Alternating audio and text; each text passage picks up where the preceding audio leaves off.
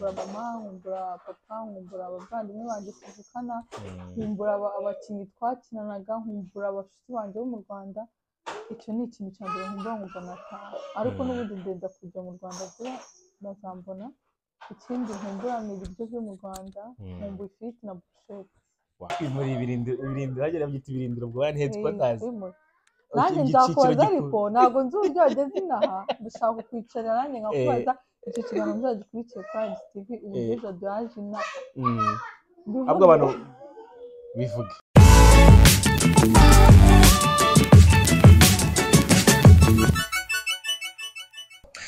Yes, katwasuze kandi tubahe ikaze mwese mudukurikiye muri kano kanya twizera ko mukomeje kugubwa neza ari nabyo mba mbifuriza umunsi ku wundi abantu bari mu Rwanda mu bice bitandukanye by'u Rwanda n'abari hakurya y'imbibi z'u Rwanda muri diaspora ibwota amasimbi muraho mumeze neza uyu munsi turi muri leta zunze ubumwe za Amerika ndabizi neza ko ari abantu benshi cyane abafana benshi cyane bari kuri IGTV bari bakumbuye Asia uyu munsi rero twamusuye muri leta zunze ubumwe za Amerika ntabwo ndivuga ibintu byinshi ndabanza mureke ni umubyeyi mwiza utuje umeze neza abanze yintroducinge abanza suhuza abantu abanza baramutse ibindi ndaza kubivuga mu kanya Asia uraho neza muraho neza ndabasuhuje nderukana mu Rwanda kuri IGTV none twanahageze no muri Amerika ni by'agaciro kuba noneho mwakwigereye twakoze urugendo rurerure cyane kujya mu tugereho ari wowe utuzanye mwakoze cyane vraiment ndishimye mbaje kusuza abantu twarukanaga kera kuri no channel ndizera ko atari ubwa mbere mumbonyeho rero nk'ibisanzwe muri abenshi ni fasiyasi se abo hari umuntu utakuzi we rwose so ni by'agaciro gakomeye cyane turanezerewe ko tubashije gufatisha Asia ntabwo byoroshye kumufatisha muri kino gihugu kinini byatugoye cyane kugira ngo tukugereho uko mumuzi ari umusitari mu Rwanda na hano muri Amerika abantu baramwubaha nawe nyine by'abasitari abayihishe byatugoye cyane tubugere ko twamugezeho ni Jado twishime nk'ibisanzwe uko tumenyeranye muri ibiganiro bitandukanye bya buri munsi Asi meze neza subibona urasa neza byeje ndashima Imana ifite ibibazo nka 80 ariko ndasukubaza bikeye byose tuzazikurikiza ariko uyu munsi mbona mbaze dukeye uri kwiyumva gute kuba wongeye kugaragara kuri kamera za kimwe bitangazamakuru byo mu Rwanda uri waragiye kure yabyo uyu munsi turahuye uri kwiyumva gute Asi waragiye kure yabyo kubona kenshi turakorana n'abandi ariko biba biragaciro no kuwongera kubona visa umuntu ubundi akenshi nkunda gukora ku matelefone ubu noneho turi kumwe noneho ntabyo kubeshya ntabyo kubeshya njye wamwigereho live reka mubanze mbabwire uko namusanze uko namubonye kuko iby'imbere byo ntago mbizi arasa neza nyine nk'umumama n'umubyeyi w'umwana umwe abantu mu gukurikirana barabizi rero urasa neza kurusha uko wasaga neza ukiri umukobwa kigaragara ufashwe neza cyane iyo umuntu abaye umugore hari ibintu byinshi bihinduka Jado akenshi ibintu byose birahinduka ubu cyaremwe gishyashya yumva rero hari inshingano ziyongereye hari ubwiza ubu mubyeyi umunsi mwiza w'ababyeyi mwese so uyu munsi rero by'agaciro gakomeye twanahuje nuko ari umunsi w'ababyeyi noneho hazana inspiration kuvuga ngo ku munsi w'ababyeyi Asia umwe mu bastari bakomeye mu Rwanda ni umubyeyi ubu ngubu dirukana ari umukobwa umunsi w'ababyeyi ni umunsi afata ate ni umunsi uvuze iki kuri we muri rusange nk'umuntu umaze kuba umubyeyi mu gihe gitoya umunsi mukuru mama ni umunsi ukomeye kuri njye mbifata nyine nko guha agaciro umubyeyi kuko umubyeyi ni umuntu ukomeye sinzi ko nabivuga kubera ko iyo hataba umubyeyi ntabwo twari kuba turiho umubyeyi mba numva ari umuntu ufatanya n'Imana kurema kuko mama wanjye itabaho ndizera ko ntari kubaho simbyumva ubwo ariko aho nka Yesu na Yesu nawe yaciye mu mugore urumva rero kugira ngo umuntu abeho abanza guca mu mubyeyi mu mama akaza ku isi Imana ifatanya n'umumama kurema niyo mpamvu rero uyu munsi akagomba kubaho kuko umumama ni umuntu ukomeye cyane yego cyane cyane nko kuri njyewe mama wanjye ni umuntu ufata nka role model wanjye ni umuntu ukomeye ni umuntu urenze oh my god ni byose noneho bimaze kuba umubyeyi nawe ni kumva agaciro ka mama wawe utangiye kuvuga oh mama wanjye namuhiki umubyeyi wandeze igihe kingana gutya akaruha umwana ararushya nyine utarabyara ntabwo ubyumva kuba utwite kurinda ubyare ndishimye kuba no kugise iyi experience ufite yigeze kugise aka kanya noneho mvuga umunsi w'ababyeyi cyane nkawutsindagira cyane kubera ko ni ikintu gikomeye kubera ko nanjye nabiciyemo ndabyara mbona uburyo nkunda umwana wanjye nkareba nanjye mama wanjye nkunda noneho utanumva agaciro k'uburyo mama wanjye nkunda hari igihe abana tuba tutabyumva ukiri mutoya mama akubuza wikora iki wumva kwanga cyangwa kumva ari kukubangamira ariko guys nta buryo umuntu wa mbere ugukunda ku isi ni mama wawe yego ku isi yose reka abantu bose bari gukurikira kino kiganiro badufashe muri no comment bagumye bifuriza ababyeyi umunsi mwiza ufite mama we utamufite wihangana ariko nawe ndabize ko ahari yicara mushimire umumama ni umuntu ukomeye umubyeyi ni umuntu ukomeye ababyeyi nabo gushimira okay ni umunsi uba ukomeye byo cyane cyane ko umubyeyi afasha Imana kurema reka tubivuge gutyo rero nekereza ko muri experience kubyara kuri wowe bijya gusigiye experience donc kuva kuri step ya mbere habaho nagira ngo gusama kwibaruka izo dusagiza gatoya iyo nzira niba iryoshye niba ikomeye niba ari inzira y'umusaraba dono ariko dusangize kugeza ubu ngubu kuko mvuze story yanjye yo gutwita no kubyara ni ikiganiro cyose ahubwo tuzagifatira umunsi nkikubwire story yose twagenze ariko ndakujya nkubwire ngo bitwise ufite umuntu muri wowe urahinduka ako kanya ubu nyine utangira kugira inshingano zo gucuritinga wa mwana uri mu nda yawe kugira ngo adahungabana atagira iki cyaba hari nkanjye noneho nk'urugero ndatarukaho gake mbizemo nkanjye yagize depression ntabwo ari depression ni ibindi iyo ni ikindi kiganiro nahise bambuza basanganye isukari y'abamama batwite batambuza kurya ikintu cyose kirimo isukari even n'urubuto n'umwembe ntemerewe kurya umwembe kandi n'uso watungwa n'igihe hari ikintu kitabamo isukari ntikibaho utwite kuva ku kwezi kwa kangahe kumva rero nahuye n'icyo kibazo ibi byose bikora kugira ngo wa mwana uri mu nda utwite kugira ngo atagira ikibazo nuko rero nabanye n'ibyo bintu nkomezanya nabyo ariko ndakubwiza ukuri umubyeyi ni ikintu gikomeye iyo nawe utwise iyo ubaye umubyeyi noneho ugize kubyara bro ubwo umenya noneho mama ni iki ni birebire igise kirakurya bro nta kintu kiryana nk'igise igise kiraryana utarabyara ariko ikintu cya mbere nanone kiryoha nyuma yo kuba igise kikurengera agiye ku iminsi ine narababaye bikomeye ariko iminsi ine kubise ariko iyo umaze kubona umwana wawe ubuse ko numva nshaka kandi ahubwo abantu wenda bari mu Rwanda ashobora kuba bibaza ati se bura muri Amerika nta kundi kuntu babigenza mu buryo bwo kubyara umubyeyi kuko tutababara nk'ibyo byo mu Rwanda bibaho no mu Rwanda birahari hari epidora ni urushinge bagutera mu mugongo ariko ibyo ni ibibeshyo njye bararunteye kandi nanabyaye numva banteye ikinya kinshiramo igihe cyo kubyara kigeze nabyaye numva ibyo rero nta kuntu ntabwo biba byoroshye ndetse wakubaza nabwo ari kumva ari izindi ngaruka kubyara no umubyeyi yagiye kubyara agomba kubabara agomba kuribwa nyine niko Imana yaturema ntabwo wagira n'urukundo rw'umwana utuvukiye muri ubwo bubabare ababyeyi bubahwe pe iyo babaye gutyo n'umwana wawe uramukunda cyane umwana yanjye umwana nicyo kintu cya mbere mba numva amaraso yanjye yahungabanye umwana simba numva ntazi uburyo ahubwo ukuntu numva naratsindiye ikibazo. Ayo umwana wagize nk'igihe kingana agize amezi 10. Oh wow. Akora igihe mba numva wama nka 5 umufirizi. Wararyohewe mbese? Nararyohewe ahubwo sinzi ukuntu bafite nk'ukuntu bababyara vuba badatwise ntahita byara 10.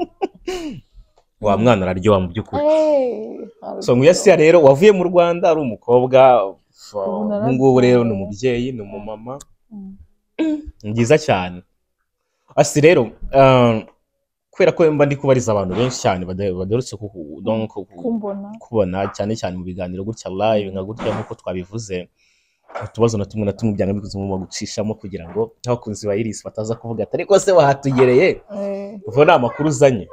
Hanyuma urugendo ngira ngo ubu ngubu mumaze almost nk'imyaka 2 muri Leta Zunze Ubumwe za Amerika. Agirashira no umwaka n'igice almost hafi 2. Nakugiye kugera. Ni ubuzima wavuga ko bwahindutse ku ruhe rwego ugerageje n'ubuzima abagamo mu Rwanda.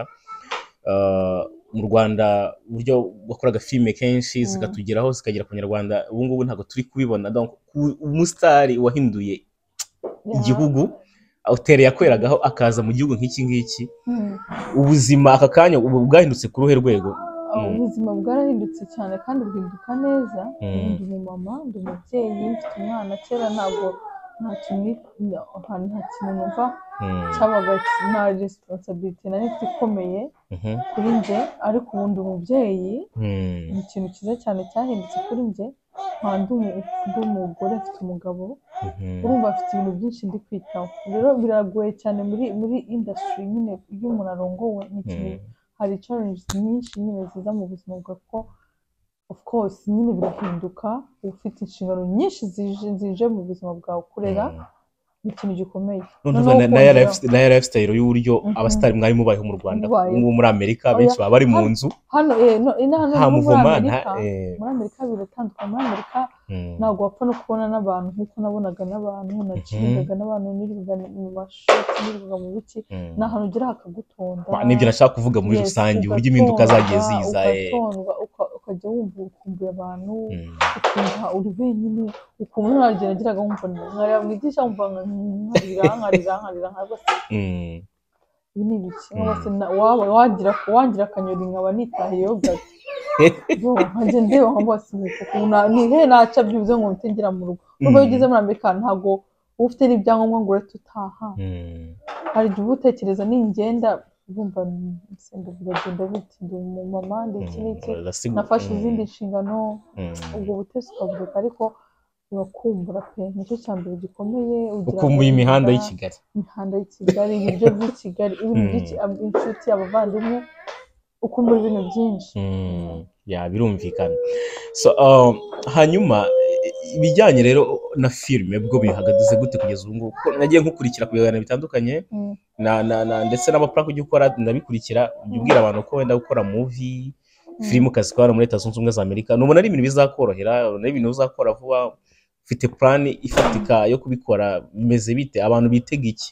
Umva nkiza numvaga ari ibintu byoroshye nahise nkora narifite story naje narateguye story nzakora narakastinze n'abakinnyi bamwe na bamwe ndi mu Rwanda bakastinga bari hano. Yes naje mfite abakinnyi bazakina afite amarocation narayabonye hageze imbere imbogamizi ndasabye ndavuga ibintu nzi ko ngiye gutangira shoot ibintu birangora mbura umukameramani ndamushaka ndamuvuga ubwo nabonye umuntu na Boston kujya duhuza amasaha ibi kibazo. Hari umunsi umwe twaje tugashutinga ibintu mfite projet ishutinze ariko nashutinze umunsi umwe birahenze bimaze guhenda noneho ukabura n'umwanya abantu bakabura umukinnyi wampamagara sinari nagiye muri shift. Urumva ntabwo dufite abantu bakunze ibintu usibye ko ntabwo ngo barabikunze ahubwo ntabwo babiha umwanya uhagije kubera ko ntabwo ndi kuri level yo kuba nafata inama muri Amerika isaha irahenda ngo wafata umuntu umufate umurekipere aho yakuri kujya kuri shift umwishure ntabwo afite ubwo bushobozi. Rero byane byo kwiyaranja still nyine bituma projet zawe zifite ngo ndamuzanye ngo numujamara cyangwa umwanya ntabwo areka kujya mu kazi kiwe ngaraje ko umwanya urumva rero n'izo mbogamizi kandi nanone ubigize professional uvuga ngo umuntu ageze umwishyure nakura ntabwo yabona ntabwo nayabona uzi amafaranga bakora inama ku isaha kabisa nayakura hese niyo mpamvu rero bigenda bizamo imbogamizi gutyo ariko ubu namaze kubisetinga neza sinshaka kongera gupromisinga abantu igihe kirekire ariko njye bizera ko uyu mwaka ugomba kurangira habonye filime nshyashya yanjye nzanayikora muri professional nyironcinge ariko ntabwo bivuga ngo itariki ni kugira ntazongera kubeshya ariko bumve ko uyu mwaka ngomba kubona filime ya seri nziza filime nabateguje yitwa Visa n'ubundi n'indi gukora Visa nawe wahageze ndabizi ko uzaba uri kubahereza nzanza live kuri shooting behind scene ariko kugira ngo abantu ndabizi ko bankunda cyane nanze kubicisha urungu ngumeza nkora utuntu tw'udutanka kugira ngo ubone ko sense hari batankumva hari umuntu uvuga nkumva si ari mu bijya si ariko byibuze ko kuri channel yanjye barambona ngerageza n'umugabo wanjye aramfasha tukajyaho kuri channel tukaganiriza abantu batari bazi umugabo wanjye abantu bajyaga bavuga wenda umugabo we amuhishe cyane mu muzehe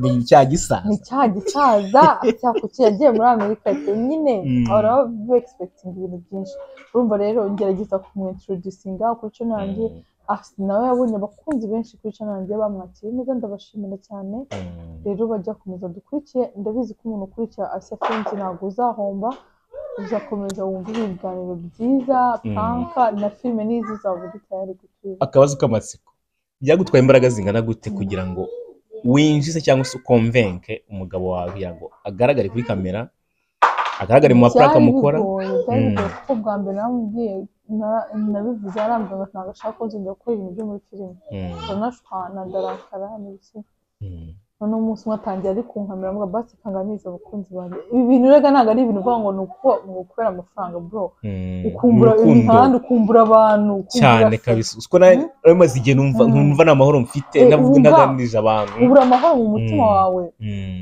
si uvuga ngo hari ikintu uri bwunguke wanashora ahubwo abantu ukabavugisha ukanahomba ariko abantu ukavugana nabo wumva hari ikintu uri kumisinga hari ikintu kandi icyo kintu bajya bavuga ngo usiga ikikwirukankana usiga ikikurimo kikubamo ubuzima bwose rero ikindi muntu urukundo bafitiye urwo rukundo bafitiye ntabwo ari urwo gushakisha ntabwo ari urukundo rwo kujijisha ni urukundo rundimo karemano rero ni uko nguko nagerageje kumwumvisha nambere umwana mwiza araza nawe agira aho ntaratangira kubikunda akanya asi ni ibiki wumva ukumbuye mu Rwanda cyane rimwe na rimwe ujya uryama ukumva bikubujije amahoro ukumva wabyuka ugateka ugataha cyangwa ntabyo wageze aho numva warashimye ntabwo byabura kuko nkumbura abavandimwe cyane nkumbura mama nkumbura papa nkumbura abavandimwe banjye tuvukana nkumbura abakinnyi twakinanaga nkumbura abashuti banjye bo mu Rwanda icyo ni ikintu cya mbere nkumva nataha ariko n'ubundi ndenda kujya mu Rwanda vuba bazambona ikindi nkumbura ni ibiryo byo mu Rwanda nkumbura ifiriti na burushete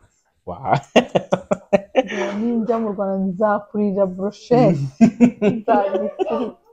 wajya kurya burushete uri mu Rwanda henshi ntabwo nshaka kwamamariza ariko henshi noneho nkumbuye n'inkoko yo muri Ginikona n'ifi yaho iriya yo ni akasamutwe iriya nkoko sinzongera no kumva inkoko cyangwa se ifi yo kwakiruhura nimba ku Gisenyi kwa West nyine hano bita kwa West habi ndahabona abagafi rwose kandi kagura make ko karyoshye Imana kwa West umuntu utarajya yarahombe bro hari ifiriti n'igifi cya make koko kandi biryoshye n'akamayoneze n'agasalade ibyo bintu nkumbuye no gucinga n'abafite banjye inshuti mu Rwanda hanyuma asi ubuzima bwo mu Rwanda donc abantu bari mu Rwanda barabizi abantu bagira donc umwanya uhagije wo kwisanzura kubona n'abantu nk'uko umaze kubivuga mu kanya nta depression uragira kugeza ubu kuko mboneye abantu benshi baje hano muri Amerika nakuye ngo cy'ubuzima bwo muri Amerika kindi ndumva ni story ndende ntabwo namenya ko ari depression nagize